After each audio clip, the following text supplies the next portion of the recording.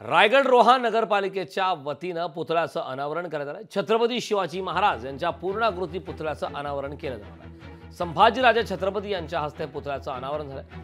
रोहा शहरातील कुंडलिका नदीच्या तीरावरील उद्यानात हे भव्य शिवपुतळा उभारला।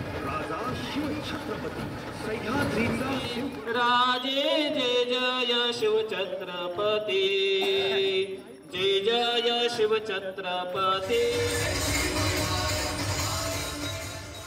अशा किल्ल्यांनी ज्या किल्ल्यांनी संरक्षण दिलं अशा किल्ल्यात इतकं दुर्गंधी किंबहुना इतकं अतिक्रमण तिथं झालेलं आहे ते काढण्यासाठी हा माझा प्रयत्न होता। पण अतिक्रमण कोणाचं होतं तिथं? हिंदू धर्मातल्या लोकांचं सुद्धा होतं आणि मुस्लिम धर्मातल्या लोकांचं सुद्धा होतं। आता मी तो लढा उभा केला की इथं अतिक्रमण निघालं पाहिजे। सरकारने सुद्धा शेवटच्या टप्प्यापर्यंत दखल घेतली, शेवटी दखल घेतली ते अतिक्रमण निघालं।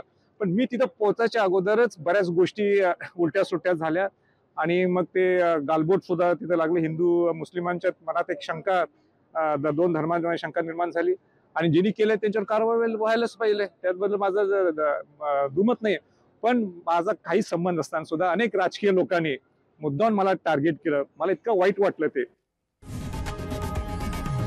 लोकशाही मराठी ऐका, पहा, जागरूक रहा।